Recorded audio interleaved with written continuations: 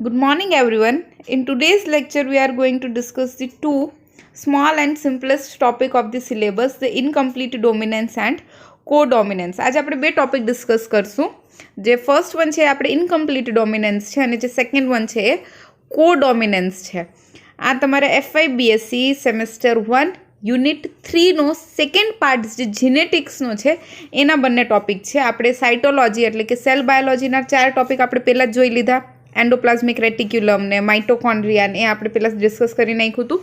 હવે આજે આપણે કરશું બે એકદમ નાના નાના ટોપિક, ઇનકમ્પ્લીટ ડોમિનન્સ અને કો-ડોમિનન્સ. આ બે ટોપિક તમને બધાને ખબર જ છે, તમે બધાએ 12થમાં સ્ટડી કર્યા જ છે. તમે લોકોએ ગુજરાતી મીડિયમમાં સ્ટડી કર્યું હતું અને હવે આપણે થોડુંક ઇંગ્લિશમાં જોશું. હવે ઇનકમ્પ્લીટ નામ ઉપરથી જ ખબર પડે, ઇનકમ્પ્લીટ મીન્સ અધૂરું. તો પહેલાં હું તમને ગુજરાતીમાં એક્સપ્લેન કરી દઉં, પછી આપણે લાઇન બાય લાઇન કન્ટિન્યુ કરશું. હવે ઇનકમ્પ્લીટ ડોમિનન્સમાં શું થાય છે તો કે એક ફોર એક્ઝામ્પલ આખું પ્યોર રેડ કલરનું ફ્લાવર છે અને બીજું ફ્લાવર કેવા કલરનું છે તો કે પ્યોર વ્હાઇટ કલરનું ફ્લાવર છે. એ જે રેડ કલરનું ફ્લાવર છે એને આપણે કેનાથી ડિનોટ કર્યું તો કે કેપિટલ આર, અને જે વ્હાઇટ કલરનું ફ્લાવર છે એને આપણે કેનાથી ડિનોટ કર્યું તો કે સ્મોલ આર. પછી શું થયું તો કે એ બે વચ્ચે આપણે ક્રોસિંગ ઓવર કરાવ્યું, એટલે કે જે F1 જનરેશન આવી ને એના જે ફ્લાવરનો કલર આવ્યો ને એ ના તો રેડ આવ્યો ના વ્હાઇટ આવ્યો, એનો કલર કેવો આવ્યો તો કે પિંક કલર આવ્યો. હવે જો કોઈ ડોમિનન્ટ નથી થયું. ડોમિનન્ટ મીન્સ કે જેની પાસે પાવર છે, જેના કેરેક્ટર આપણને વધારે જોવા મળે છે, એને આપણે શું કહીએ? ડોમિનન્ટ. તો કોઈ ડોમિનન્ટ નથી થયું અને કોઈ રેસેસિવ નથી થયું. રેસેસિવ એટલે કે જેના જે કેરેક્ટર છે એ શું થાય છે? સપ્રેસ થાય છે, દબાઈ જાય છે, એને આપણે શું કહીએ? રેસેસિવ. બટ અહીંયા શું થયું? આપણને કેવા કલરનો ફ્લાવર મળ્યો તો કે પિંક કલરનું ફ્લાવર મળ્યું. એટલે આપણે આને શું કીધું? Incomplete dominance. જો ના તો આખો રેડ છે ના તો આખો વ્હાઇટ છે, થોડુંક રેડ અને થોડુંક વ્હાઇટ બેયને કમ્બાઈન કરીને આપણને કેવો કલર મળ્યો? પિંક કલર મળ્યો. એટલે આપણે જે આવી વસ્તુ હોય એને આપણે શું કહીએ તો કે ઇનકમ્પ્લીટ dominance. હવે આપણે લાઇન બાય લાઇન થોડુંક જોઈ લઈએ. When experiment on peas were repeated using other traits in other plants, it was found that sometimes the F1 had a phenotype that did not resemble either of the two parents as was in between two. Mendel જે હતા આપણે એને પી plant ઉપર એટલે કે જે વટાણા હોય મટર એની ઉપર એને એક્સપેરિમેન્ટ્સ કર્યા હતા. પછી અમુક એક્સપેરિમેન્ટ એવા થયા ને તો કે એમાં એ લોકોએ શું કીધું તો કે જે F1 જનરેશન આવે છે ને એ બેમાંથી ને કોઈ પેરેન્ટને નથી મળતી, બટ એનો જે કલર છે એ કેવો થઈ જાય છે? એ બેની વચ્ચેનો. The inheritance of flower colour in the dog flower, એટલે એ ફ્લાવરનું નામ છે ડોગ ફ્લાવર, જેને આપણે શું કહીએ? Snapdragon or anti Rhinum species is a good example to understand incomplete dominance. In cross between true breeding red flower એટલે કે capital R and true breeding white flower plant એટલે કે small r, the F1 generation આવશે એ કેવી આવી? તમારે capital R અને small r, એનો કલર કેવો આવ્યો? Pink. when the F1 was self pollinated, પછી શું થયું? એ જે પિંક કલરનો ફ્લાવર આવ્યો એને શું કરવામાં આવ્યું? સેલ્ફ પોલિનેટેડ, ક્રોસિંગ ઓવર કરવામાં આવ્યું. તો એને કેવો રેશો મળ્યો તો કે રેડ એક મળ્યું, આર કેપિટલ આર એટલે કે રેડ. પછી બે પિંક મળ્યા, capital R and small R, અને એક વ્હાઇટ મળ્યું એટલે કે small R. Here the genotype ratio were exactly as we would accept in any Mendelian monohybrid cross. Monohybrid cross અને ડાયહાઇબ્રિડ ક્રોસ આપણે પહેલાં જ જોઈ લીધું છે. But the phenotype ratios had change from the 3:1 dominant is to recessive ratio. આટલું જ છે તમારે ઇનકમ્પ્લીટ ડોમિનન્સ. આ what happened was that R was not completely, એવું તમારે આપણે કાંઈ લખવાની જરૂર નથી. આપણી માટે અહીંયા ઇનકમ્પ્લીટ ડોમિનન્સ પૂરો થઈ જાય છે. ઇનકમ્પ્લીટ ડોમિનન્સમાં શું થાય તો કે જ્યારે જે બંને પેરેન્ટ્સ છે બેયમાંથી એકેય પેરેન્ટ્સનું કેરેક્ટર કમ્પ્લીટલી શો થતું નથી, બેયના થોડા કેરેક્ટર શો થાય, એને આપણે શું કીધું તો કે ઇનકમ્પ્લીટ ડોમિનન્સ. એટલે કે જે ફર્સ્ટ જનરેશન આવશે, ફિનોટાઇપિક જનરેશન આવશે, એ કેવું હશે તો કે in between the both parents character. જેમ કે આપણે શું જોયું તો કે એકનું કલર કેવો હતો? Pure red. એક કેવું હતું? એકદમ વ્હાઇટ. બટ જે જનરેશન આવી એની એ કેવી આવી તો કે પિંક કલરની આવી. એનો ફિનોટાઇપિક રેશિયો કેવો આવ્યો આપણે? 1 red 2 pink and 1 white. Genotypic ratio be same, 1 red 2 pink and 1 white. આ જે તમારું ફિગર છે, આ જે ડાયાગ્રામ છે એ જોઈ લેવાનું અને આટલું તમારે લખવાનું છે ઇનકમ્પ્લીટ ડોમિનન્સ. નાઉ મૂવિંગ, આ કાંઈ તમારે લખવાનું નથી. Explanation of the concept of dominance એની આપણે કાંઈ જરૂર નથી. હવે જે બીજું ટોપિક છે ને એ છે તમારે કોડોમિનન્સ. જો તમારે સિલેબસમાં કેવું આપ્યું છે, monohybrid cross, dihybrid cross, incomplete dominance, codominance and ABO blood grouping. હવે છે એવું કે તમારું જે કોડોમિનન્સ છે ને એનું જ એક્ઝામ્પલ છે એબીઓ બ્લડ ગ્રુપિંગ. એટલે કે ફોર એક્ઝામ્પલ તમને એક્ઝામમાં પૂછે કે રાઇટ કોડોમિનન્સ, તો તમારે આ જ લખવાનું છે. અને તમને પૂછે કે એક્સપ્લેન એબીઓ બ્લડ ગ્રુપ, તો બી તમારે આ જ એક્ઝામ્પલ લખવાનું છે.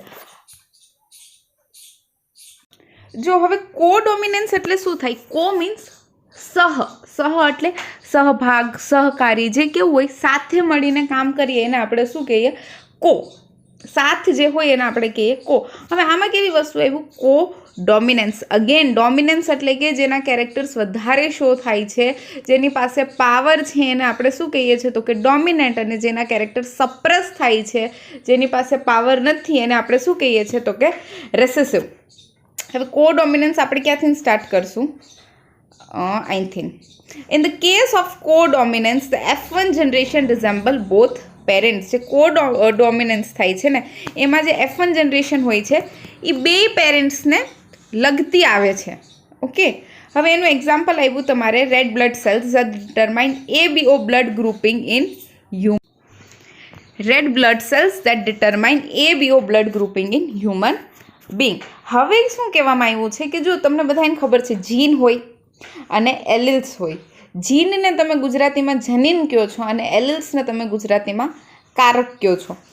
તો કે ABO blood groups are controlled by the gene capital I. હવે જે આખી તમારી બ્લડ ગ્રુપિંગ છે ને એબીઓ બ્લડ ગ્રુપ, એ કોણ કંટ્રોલ કરે છે? તો કે જે જીન છે જેનું નામ શું એવું તમારે કેપિટલ આઈ, એ કંટ્રોલ કરે છે. The plasma membrane of the red blood cells has sugar polymer that protrude from its surface and the kind of sugar is controlled by the gene. પછી એ લોકોએ શું કીધું? તો કે જે આરબીસીની પ્લાઝ્મા મેમ્બ્રેન છે ને એની પાસે શું છે? તો કે શુગર પોલિમર છે. હવે શું થાય છે? તો કે જે જીન કેપિટલ આઈ છે ને એના 3 કારક છે, મીન્સ એના 3 એલિલ્સ છે. એલિલ શું હોય? તો કે જે જીન હોય ને એની કોપી જ હોય, ખાલી એમાં સ્લાઇટ અમથો ચેન્જ હોય, અને એની જે કોપી હોય એને આપણે શું કહીએ? એલિલ્સ કહીએ. એટલે કે જે જીન કેપિટલ આઈ હતું એના એલિલ્સ ક્યાં આવ્યા? Capital I A, capital I બી અને સ્મોલ આઈ. ક્લિયર? 3 એલિલ્સ આવ્યા: capital I A, capital I B and small i. The alleles capital IA and capital IB produce a slightly different form of the sugar while allele I does not produce any sugar. પછી એને શું કીધું કે જે capital I એ છે અને capital I બી છે એ એકબીજા કરતાં થોડીક જ આમથી ડિફરન્ટ શુગરનું ફોર્મેશન કરે છે. બટ જે સ્મોલ આઈ છે ને એ કોઈ પ્રકારની શુગર પ્રોડ્યુસ કરતો નથી. Because humans are diploid organism, each person possesses any 2 of 3 I Jean alleles. હવે જે હ્યુમન બીંગ્સ છે આપણે છીએ, આપણે કેવા છે? ડિપ્લોઇડ છે. એટલે આપણામાં શું હશે? કોઈ બી 2 એલિલ્સ હશે. જે તમારે આઈ જીન છે એના 3 એલિલ હતા, capital I A, capital I B or small I. એ ત્રણેયમાંથી આપણી બોડીની અંદર કોઈ બી 2 એમાં પ્રેઝન્ટ હશે. Capital I A and capital I B are completely dominant over small I. હવે જે કેપિટલ આઈ એ અને કેપિટલ આઈ બી છે ને એ કેવા છે? ડોમિનન્ટ છે. કેની ઉપર? તો કે સ્મોલ આઈ ઉપર. In other words, when capital I A and small I are present, only capital I A expresses.